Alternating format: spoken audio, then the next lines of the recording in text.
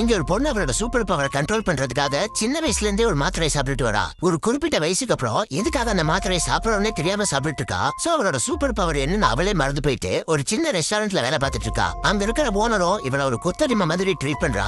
இதை ஒரு பிச்சைக்காரர் ரொம்ப நாளா பாத்துக்கிட்டே இருக்காரு. அவருக்கு இவள மாதிரி ஒரு சூப்பர் பவர் இருக்கு. ஒரு நாள் இவகிட்ட அந்த மாத்திரையை சாப்பிடறத விட்டு பாரு, அப்பதான் உன்னோட பவர் என்னன்னு உனக்கே தெரியும்னு சொல்லிட்டு போயிடுறாரு. இவளும் அவர் சொன்ன மாதிரி அந்த மாத்திரையை ஒரு நாள் நிறுத்தி பாக்குறா. அடுத்த நாள் எப்பயும் போல வேலைக்கு வரா. வந்த இடத்துல தெரியாம அலுமினியம் ட்ரேவை கீழே போட்டுறா. அது ஒரு பக்கமா வளைஞ்சு போயிடுது. இந்த சத்தம் கேட்ட அந்த ஓனர் அங்க வரா. அதுக்குள்ள அந்த பிளேட்டை சரி பண்றதுக்காக கையாலே மடக்கிறா. பார்த்தா அது இவளோட கைப்பட்டதோ ஏதோ பேப்பர் பிளேட்டை மடக்கிற மாதிரி அசால்ட்டா மடங்குது. அப்பதான் அவளோட சூப்பர் பவர் என்னன்னு அவளுக்கே ஞாபகம் வருது. அதுக்குள்ள ஓனர் அங்க வந்து மடங்கின பிளேட்டை பார்த்து கண்ணா பின்னான்னு கெட்ட வார்த்தையில பேசுறா. அதை கேட்டது வந்த கோவத்துல அந்த ஓனரை ஒரே கையில தூக்கிடுறா. அதை பார்த்து அந்த ஓனரை வாயடிச்சு போயிடுறா.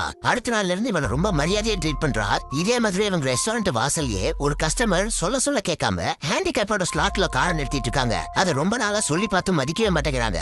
இன்னைக்கு அதே மாதிரி நிறுத்தி இருக்கவோ இதுக்கு மேல பேசக்கூடாதுன்னு இவ கைய வச்சு அந்த காரை அடுத்த பார்க்கிங் ஸ்லாட்டுக்கு நிறுத்தி விட்டுறா. அன்னைக்குன்னு பார்த்து இவ வீட்டுக்கு போற வழியில 4 ரவுடி பசங்க இவகிட்ட வம்பிழுக்கிறானுங்க. அவனுங்க கெட்ட நேரம் இவகிட்ட வந்து மாட்டிக்கிறானுங்க. அதுல இவ அடிச்ச அடியில 4 பேரும் 4 மூளைக்கு பறந்து போயிடுறானுங்க.